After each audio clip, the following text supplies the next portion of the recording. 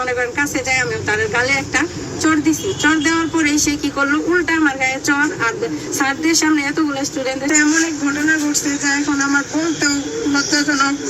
কিভাবে বলবো আমি নিজের ভাষায় বুঝতে পারতেছি না। আমার প্রতিষ্ঠানে আমার আসতেও এখন লজ্জাজনক। কোনো শিক্ষক যদি কোনো ছাত্রের হাত থেকে এভাবে নির্যাতিত হয়, অত্যাচার শিকার হয়, মার ঘুষি চর থাপ্পড় এসব খায়, তাহলে ওই শিক্ষকের মনে করেন সমাজে মুখ দেখানোর মতো ক্ষমতা থাকে না।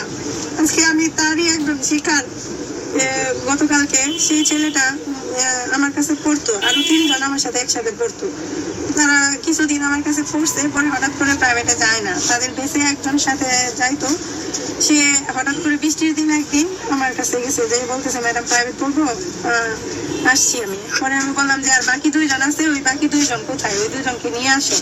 তো ওই বাকি 2 জন ছাড়া তো এইভাবে পড়ানো যায় না, অনেক কষ্ট হয়ে যায়, একা একা পড়াই যায়। তো ছেলে বললো স্যার ম্যাডাম মেহেদি আসে না তো, দপ্তরির ছেলে, ম্যাডাম আপনি একটু তারে ফোন দেন, ফোন দিয়ে আপনি একটু জিজ্ঞেস করেন যে কেন আসে না। পরে আমি বললাম যে আচ্ছা ঠিক আছে। হঠাৎ করে প্রাইভেটে যায় না, তাদের বেঁচে একজন সাথে যাইতো, সে হঠাৎ করে বৃষ্টির দিন একদিন আমার কাছে গেছে, যে বলতেছে ম্যাডাম প্রাইভেট পড়বো, আসছি আমি। পরে আমি বললাম যে আর বাকি 2 জন আছে, ওই বাকি 2 জন কোথায়, ওই 2 জনকে নিয়ে আসো। তো ওই বাকি 2 জন ছাড়া তো এইভাবে পড়ানো যায় না, অনেক কষ্ট হয়ে যায়, একা একা পড়াই যায়। তো ছেলে বললো স্যার ম্যাডাম মেহেদি আসে না তো, দপ্তরির ছেলে, ম্যাডাম আপনি একটু তারে ফোন দেন, ফোন দিয়ে আপনি একটু জিজ্ঞেস করেন যে কেন আসে না।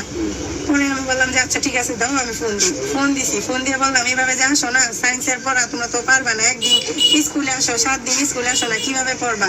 যদি পরীক্ষায় ফেল করো তাহলে কিন্তু আমি পাশ করাই দিতে পারবো না। তোমার আব্বা 1000 রিকোয়েস্ট করেও যদি যে আমার ছেলেটারে পাশ করাই দিন, আমি কিন্তু তোমার পাশ করাই দিব না।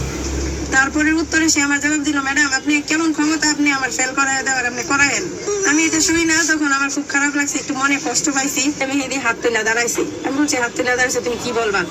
আমি কি বলছি তোমাকে? কই ম্যাডাম আপনি আমাকে পড়াবেন না, না করছেন, আপনি আমাকে পরীক্ষায় ফেল করাবেন বলছেন, আমাকে ফেল করাই দিবেন, ই করবেন।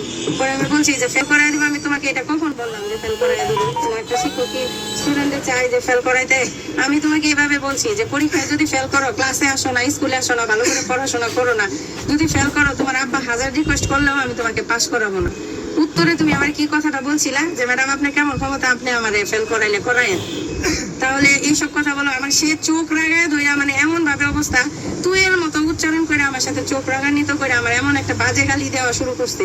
তখন এটা দেখা আমি মনে করেন কাছে যাই, আমি তার গালে একটা চর দিছি। চর দেওয়ার পরে সে কি করলো, উল্টা আমার গায়ে চর, আর স্যারদের সামনে এতগুলো স্টুডেন্টদের সামনে মনে করেন আমার হাতে 4-5টা ঘুষি।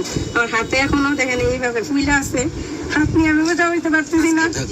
এই মনে করেন আমি আজকে এই ঘটনাটা যদি আজকে অন্য একটা টিচারের কাছে ঘটতো, টিচারের সাথে, এই এলাকার অন্য একটা ম্যাডামের সাথে ঘটতো, তাহলে কি অবস্থাটা হইতো? এই দপ্তরের কি বাড়ি ঘর আজকে ঠিক থাকতো? কেউ এইভাবে ঠিক থাকতে বসে থাকতে পারতেন না। আর আমি অন্য দেশ থেকে আসছি দেখে আমার কাছে কেউ নাই, একটা